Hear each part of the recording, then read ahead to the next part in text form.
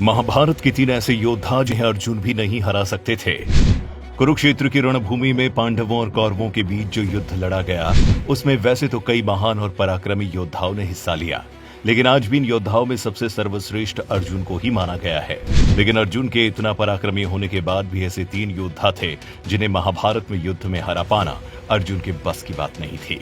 इन 3 महान योद्धाओं में सबसे पहले नाम आता है गंगा पुत्र भीष्म पितामह का, जिन्हें हराने के लिए पांडवों ने छल का सहारा लिया था।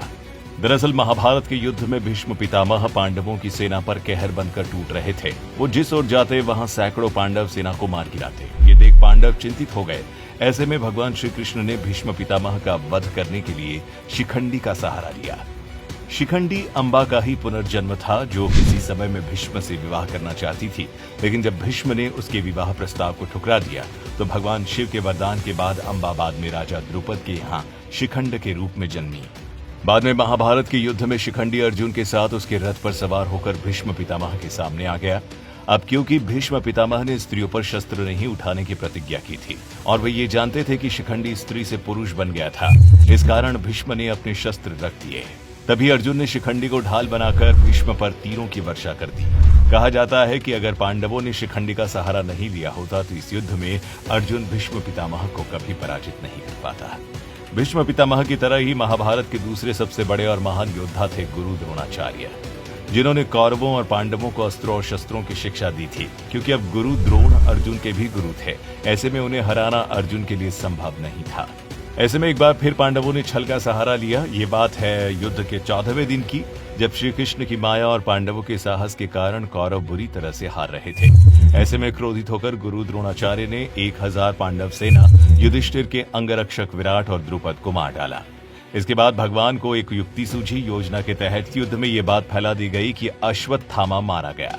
जब गुरु द्रोणाचार्य ने धर्मराज युधिष्ठिर से अश्वत्थामा के मारे जाने की सत्यता जानना चाही तो उन्होंने जवाब दिया, अश्वत्थामा मारा गया परंतु हाथी। लेकिन तभी श्री कृष्ण ने शंखनाद किया, जिसके शोर से गुरु द्रोण आखिरी शब्द परंतु हाथी नहीं सुन पाए और उन्होंने समझा कि उनका पुत्र मरा है। ये सुनकर वो युद्ध भूमि में आंखें बंद कर शोक में डूब गए। फिर द्रोणाचार्य को निहत्था जानकर द्रौपदी के भाई धृष्टद्युम्न ने तलवार से उनका सिर काट डाला। कहा जाता है कि अगर छल से गुरु द्रोण को नहीं मारा गया होता तो उन्हें हराना किसी के लिए संभव नहीं था, फिर चाहे वो अर्जुन ही क्यों न हो। तीसरा योद्धा जिसे हराना अर्जुन के लिए संभव नहीं था वो है दानवीर कर्ण, जिन्हें युद्ध में हराने के लिए अर्जुन के पिता देवराज इंद्र ने छल से उनके सोने का कवच और कान के कुंडल दान में ले लिए थे। यही नहीं, कर्ण के पास भगवान परशुराम द्वारा दिया गया शिव का विजय धनुष था। ये धनुष जिस भी योद्धा के हाथ में होता था उस योद्धा के चारों तरफ एक ऐसा अभेद्य घेरा बना देता था जिसे भगवान शिव का पाशुपतास्त्र भी भेद नहीं सकता था। ऐसे में कर्ण को हरा पाना अर्जुन के लिए भी असंभव था। जब कर्ण का अर्जुन ने वध किया तब कर्ण निहत्थे थे। वो अपने रथ के पहिए को धरती से निकाल रहे थे।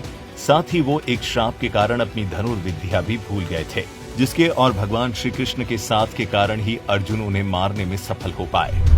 तो ये थे महाभारत के वो महान 3 योद्धा जिनके आगे अर्जुन का पराक्रम भी फीका था, और अगर इन्हें छल से नहीं हराया गया होता तो शायद युद्ध का परिणाम कुछ और हो सकता था।